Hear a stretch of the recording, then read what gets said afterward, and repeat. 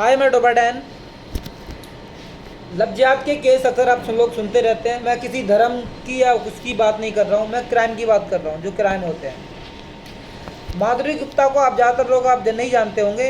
वरिष्ठ पदाधिकारी महिला थी, 52 साल की एज थी, अविवाहित थी और Egypt, Malaysia, Zimbabwe, Iraq, Libya तमाम देशों में अपनी सेवा दे चुकी थी। फिर उर्दू भी उसे अच्छी आती थी, तो हमारा जो इंटेलिजेंस ब्यूरो है उन्होंने सोचा कि अच्छी पकड़ है उर्दू की, इसलिए पाकिस्तान भेजते हैं। पाकिस्तान विदेश मंत्रालय ने भेजा और पाकिस्तान भेजने के बाद एक बात और बता दूं, जितने भी अधिकारी भारत से पाकिस्तान जाते हैं उसमें इंटेलिजेंस ब्यूरो की नज़र रहती है कि कभी कोई धोखा वोखा ना कर दे और भी ना हो जाए।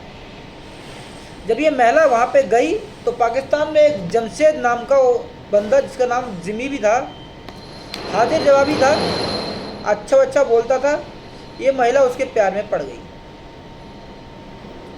उसके प्यार में पड़ने के बाद उसे प्यार करने लगी, शारीरिक संबंध वगैरह जो बनाना होता है बना लिया और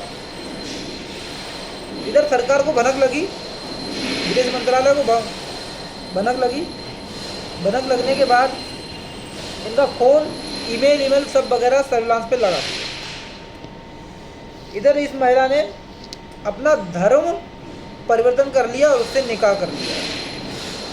इतना ही नहीं, हमारी खुफिया जानकारियाँ बाहर देने लगी।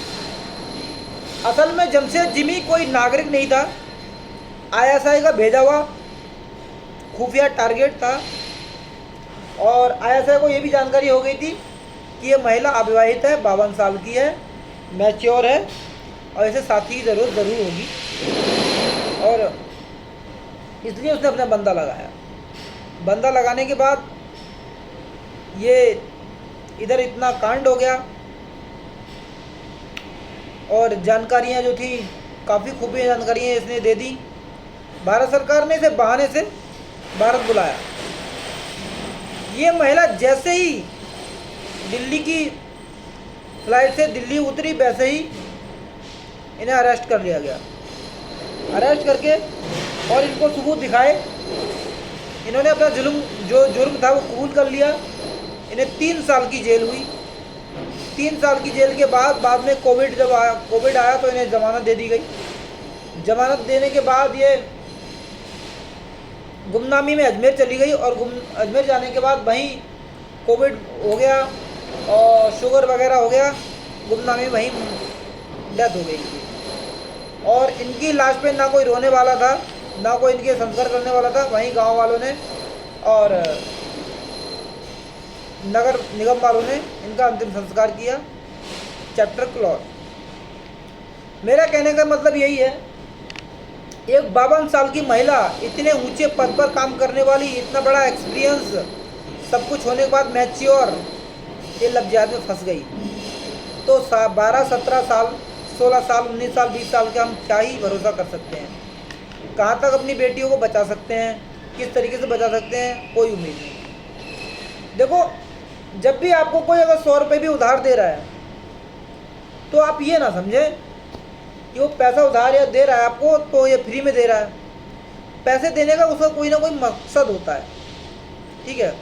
कई लोग ये सोचते हैं कि यार मुझे एक हिंदू ने पैसे नहीं दिए उधार और एक मुस्लिम ने मेरी हेल्प की, तो उसमें एक प्यार पाने का उद्देश्य रहता है, भरोसा पाने का उद्देश्य रहता है। हिंदू को तुमसे क्या ही चाहिए, हिंदू को हिंदू से वो क्यों देगा, नहीं देगा।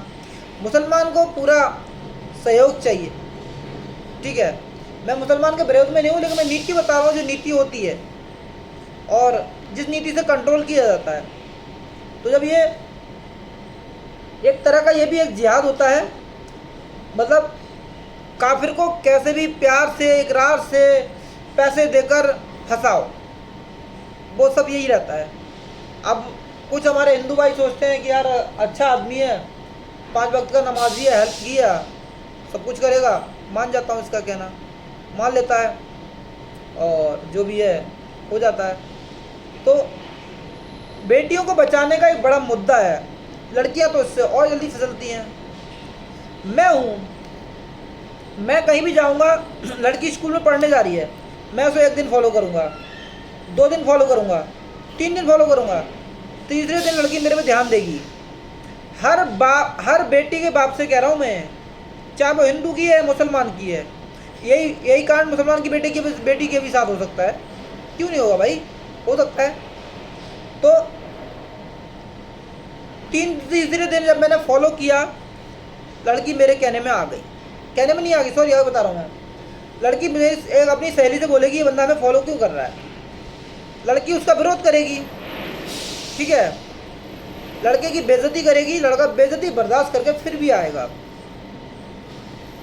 आएगा पीछे, लड़की थप्पड़ मारेगी, बर्दाश्त करेगा, आएगा, और लड़की को गिफ्ट देगा, लड़की फेंकेगी, फिर आएगा, सैकड़ों बार आने के बाद 1 महीने फॉलो करने के बाद फिर आएगा। लड़की अपने आप ढलने लगेगी, प्यार करता है मेरे को, मेरी फिक्र करता है, चली जाएगी लड़की, उसको क्या ना मानने लगेगी, वो नंबर मांगेगा, नंबर नहीं देगी, फिर मिलने को बुलाएगा, मिलने नहीं आएगी, फिर नंबर मांगेगा, फिर नंबर दे देगी, फिर मिलने बुलाएगा, नहीं आएगी, मिलने बुलाएगा तो किसी कॉफ़ी शॉपिंग मॉल में पे आ जाएगी, हल करके फिर आएगी, फिर गुप्त जगह बुलाएगा, वहाँ आएगी, हाथ दूधों पे रखेगा, देखिए दूध होते हैं, दूध रखेगा, उसके बाद हाथ हटाएगी, विरोध करेगी, फिर पेट पे हाथ रखेगा, फिर हटाएगी, फिर विरोध करेगी, फिर आएगा जब दोबारा में, फिर दूसरी मुलाकात में किस वगैरह करेगा, किस करने को मना करेगी, उसके बाद फिर किस करेगा, फिर किस कर लेगी, फिर शारीरिक संबंध बना देगी, ठुकाई करवा लेगी, 1 बार ठुकाई, 2 बार ठुकाई, 3 बार ठुकाई, फिर उसके लिए सब कुछ वही हो जाएगा, अपनी इज्जत, मान, मर्यादा, अपना शरीर, सब कुछ उसे सौंप देगी कि जो तू चाहे जैसे यूज़ कर। फिर कहेगा मैं शादी करूँगा, लड़की भी कहीं शादी कर ले, शादी कर लेगा, शादी करने के बाद धर्म मालूम पड़ेगा, फिर भी लड़की कंप्रोमाइज़ करेगी, कोई बात नहीं मुसलमान है, एडजस्ट करती हूँ, तड़पाएगा, मारेगा, पीटेगा, बर्दाश्त करेगी, लेकिन भाई मैं भी मर्द हूँ, मेरा भी किसी एक औरत पे दिल नहीं रह सकता, मैं भी सोचूंगा मैंने इसके साथ कांड कर लिया, मुझे दूसरी चाहिए, डिफरेंट चाहिए, हर मर्द का यही रिकॉर्ड रहता है, उसे दूसरी चाहिए होती है, ज़रूर चाहिए होती दूसरी। अपनी बीवी को पेलने के बाद उसका मन दूसरी औरत पे करने लगता है कि मैं इसे करूँगा, वो तो मुस्लिम रहे, उन्हें तो अथॉरिटी है 3-4 शादी करने की, और वहाँ वो शादी करने के लिए मना करेगी। हिंदू तो चलो 1 बार शादी नहीं करेगा, 2 छिपके उसके साथ दूसरी औरत के साथ कांड कर लेगा, लेकिन दूसरी शादी नहीं करेगा कि अलाउ नहीं, जेल हो जाएगी, लेकिन उसे जेल कहाँ से जाएगी, उसे जेल होगी नहीं, दूसरी शादी करेगा, यहाँ विरोध करेगी, लड़ेगी, गुस्से में गर्दन काट देगा, खत्म कहानी। बस यही एपिसोड होता है और कुछ नहीं होता है। जय हो।